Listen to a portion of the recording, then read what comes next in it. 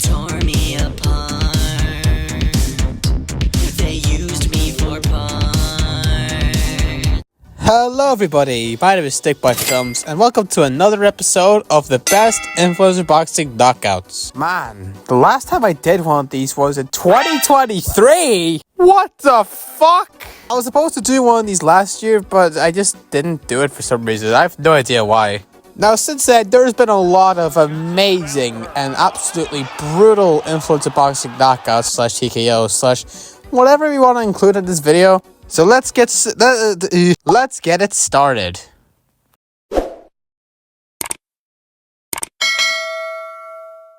Ty Mitchell versus Tommy Hench.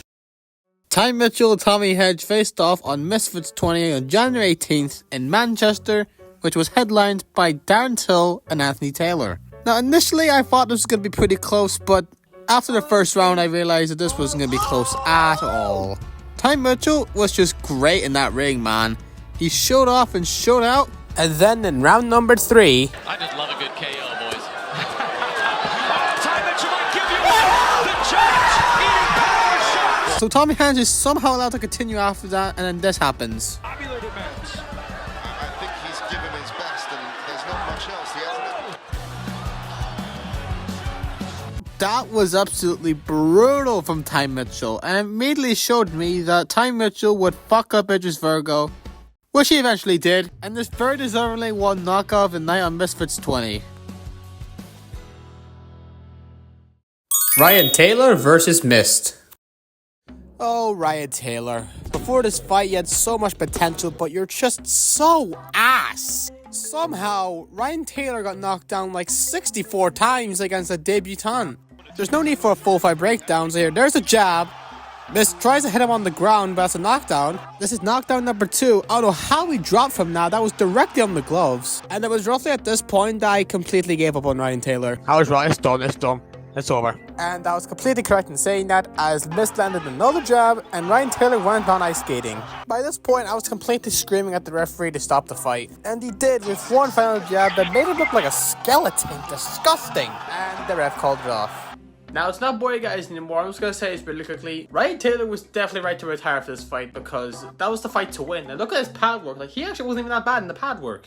Anyways, that was a great knockout for Mist. And yeah, on to the next one. FaZe Jay versus Small Spartan Jay.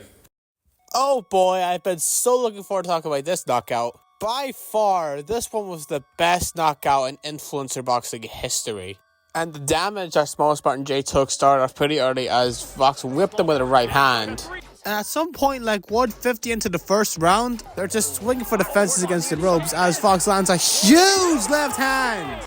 Jay, to his credit, he popped back up on his feet, but he was never the same after that. One whole clinch later, and Fox lands a crushing left and right, and he is dead. I tell you what, if anyone was to be dead after a knockout on Misfits, it would be him. But seriously, that knockout was fucking terrifying, and somehow didn't win the KO of the Year award.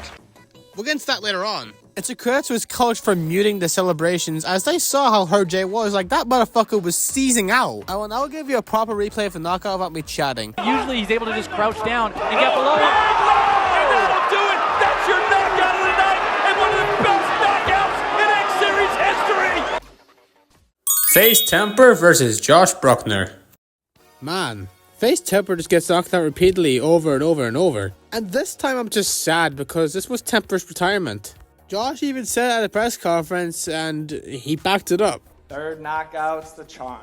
Tire FaZe Temperrr tomorrow night. And indeed, Temperrr got knocked out once again. So there was nothing really to take away from the first round besides Josh Brueckner slipping, and that was pretty much it from round 1. And then round 2, we saw Josh Brueckner pressuring a lot more, and Temperrr tries some head movement. I don't exactly know what the hell that was. And then with a nice left hook against the ropes, Temperrr goes down. Now, a lot of people thought that this was an elbow, but you can clearly see that this connects first. But that didn't even knock Temperrr out, and he gets back up, which is the first time he's ever gone up off a knockdown. And in 12 seconds... Temperrr, no!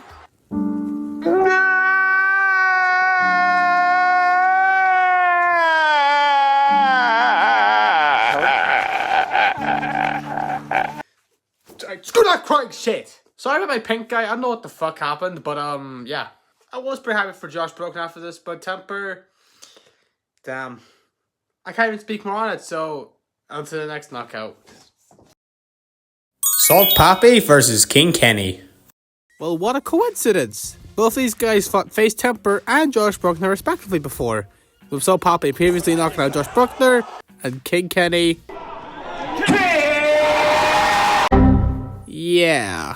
As for the fight itself, not a lot really happened besides this. Put on the pressure.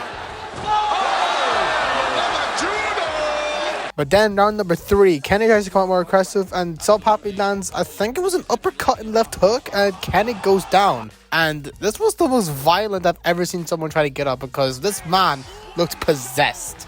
And Misfits, I'm sorry, but this should not have won the knockout of the year. That shit would have went to FaZe versus Spartan Jay any day of the week.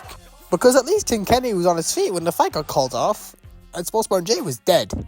Anyways, that was my thoughts on that knockout. It was a great knockout, but now it's time to get to the outro. Whoa, and that's the video. Now I'm doing this outro on green screen because this hand here actually kind of hurts from doing all this editing for you guys. So anyways, I hope you really enjoyed this video. Make sure to subscribe. I'll see you guys in the next video. Goodbye.